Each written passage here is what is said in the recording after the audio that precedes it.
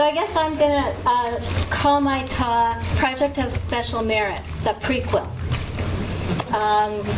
Both fellows have already given you some information about the project, and I'm going to fill in the blanks a little retroactively here and then maybe talk in more general terms about some of the issues from the state level that we're trying to address in working with municipalities on this topic. But through a national competition that NOAA held, the Maine Coastal Program applied for funds for this Project of Special Merit to work with individual communities on the topic of adaptation to sea level rise. And from many years of experience of developing programs and trying to deliver them from the state level and trying to develop regional approaches to problems and deliver them, we pretty much decided that in Maine, you gotta go local. Each community is different, and when you are talking about a situation where we're really talking about these large global systems that are having very local impacts, in order to really engage people, they have to understand how it's going to impact them. Once you get over that initial hurdle of education and acknowledgement on the part of individual citizens that there's an issue that's going to affect them, you can build out. You can build out from the citizen to the community to the region. But you can't start big and work down in Maine. It just doesn't work. It costs a lot more money to do this, but we pretty much, this is the way we're going now, and maybe we'll be proved wrong in the long run, but my sense is that we're on to something.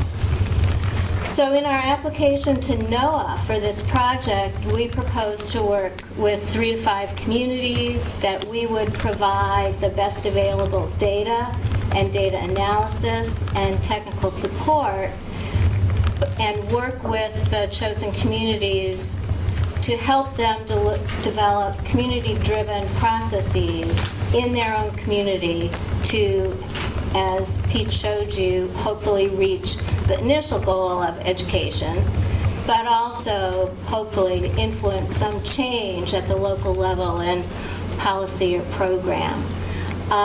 We put out an RFI, I guess we called it, a request for interest, and got responses from 8 communities, 5 of which surround Mary, or are somehow related to Mary Meeting Bay and Scarborough, and ended up choosing 6 instead of the 3 to 5 because we thought that it made sense with that concentration in one area, that if there ever was going to be an opportunity to work up into a regional approach to something, we should grab that.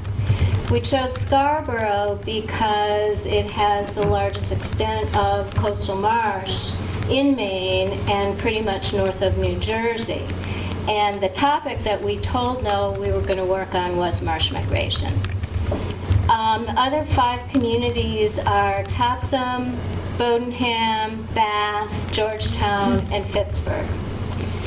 And so we put together initial meetings with the representatives from each community that had submitted their letter of intent. They had to have the backing of their municipal legislative authority, because we've also learned over time that, first of all, you have to have a local champion, but that local champion has to have the backing of the municipality, or otherwise you do a lot of good stuff and then it's more likely just to sort of sit.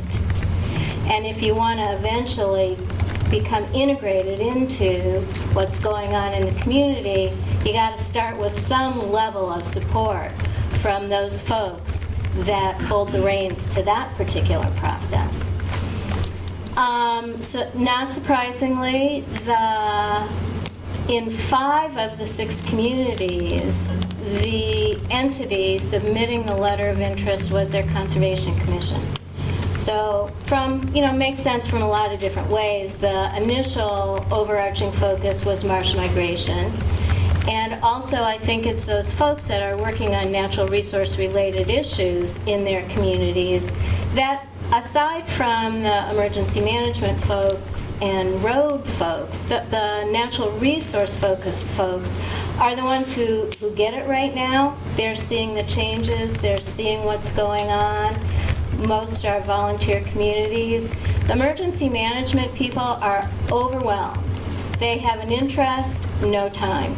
The same with the roads people. That tends to be a person in a town, or in small towns that's contracted out to somebody.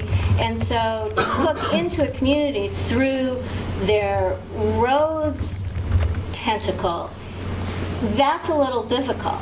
To engage the road discussion once you're involved in the community is easy. So we met with each of the 6 communities, gave them a very brief, what we're calling our sea level rise, I should say Pete Sea Level Rise 101 talked about the kind of information we would develop for them, and then tried to have a conversation with them around what their goals were. What did they want to achieve in their communities? And except for one, and that community is Bath, except for one of the top 2 or 3 goals included or identified just starting the conversation in town. So I think that also was an indication to us that this was going to be a long, slow process. That we sitting here are tuned in, we're sensitized, we read a lot, we pay attention to what's going on in other places in the country, as do most of the other citizens in Maine. But when it comes to making the connection to what is likely to happen in their own sphere of influence, in my own yard, on my own road, you really have to lay the groundwork, as Pete said, with unbiased, solid science, so that you move the discussion away from the politics of climate change to the reality of what's happening, what are you seeing.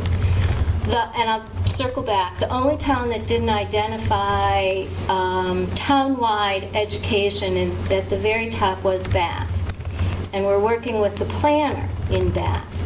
His goal is to develop information on several parcels in their waterfront downtown that they're considering redevelopment opportunities for, and he then wants to take that information to the town council so that they can have the conversation about what makes sense here based on what is potentially going to happen over the next 10, 20, 50, 100 years. So he's talking about education, but in a different way. And I think that speaks to the element of meeting each community where they are. And while there are probably best practices about engaging communities, there's all kinds of literature out there about what are the best words to use these days when you're talking about particular topics. That's important to know. I think the real fundamental lesson in Maine especially, and maybe in other parts of the country, but this is where I live, this is where I work, is each community is unique. You want to gather lessons learned from each community that you can then move forward with, but I think it's important never to address a community as if they are going to be the same as the last one you talk to, or are at the same place, or have the same issues. And so I think I was glad that Pete mentioned one of our goals as a team was not to come in with an agenda or with an answer, but to come in with information and support to help each community develop the agenda in order to reach their particular goal. So I wrote a few things down when I was sitting up there, and I'm going to get us back on time. on the orange sheet it says, how do we move forward? And I think we're really in Maine still at the place of how do we get the conversation started in a constructive fashion. And it's going on in a remarkable number of places with a whole lot of partners now, and I'm really much more optimistic that we're going to make headway. When I said I don't think there are regional solutions, I didn't mean to imply that regional organizations don't have a role to play. I think they have an enormous role to play. And it's as that level of awareness and knowledge works its way up, I think our regional planning organizations have the capacity and the skill set to guide individual communities, and then hopefully adjacent communities, and then hopefully groups of communities through this process. We're working with Phippsburg. They're very concerned about their roads and what's going to happen to their roads. We're not working with Arousik. There are places in Arousik that will flood probably before Phippsburg floods. In order to get off the peninsula, you start in Phippsburg, you got to go through Arousik. So at some point in time, there has to be a mechanism through which those two communities have a discussion. And I think our regional planning organizations, I'm really excited about that opportunity for meaningful dialogue to occur around an issue that, as we go from town to town, and Pete already talked about, one of the most powerful moments for me is when the audience takes over the conversation, and almost to a person each time we've done this, everyone sitting there can recount some experience related to changing sea levels, extreme storm events, change in precipitation regime. And I think by speaking those experiences in a community setting, you begin to develop that community sense of, shit, this is really happening. It's not just me. You know, I guess we got to pay attention. So I'm going to stop there, other than the other little phrase I've developed aside from talking about global systems with local impacts is, you can lead towns to water, but you can't make them plan. Thank you so much. Let's hold our applause for what we're going to have a big round once we get the last speaker in. Yeah. Thank you so much. And we'll put our questions into the big juicy mix at the end. All right. Thank you, Mike. Sure.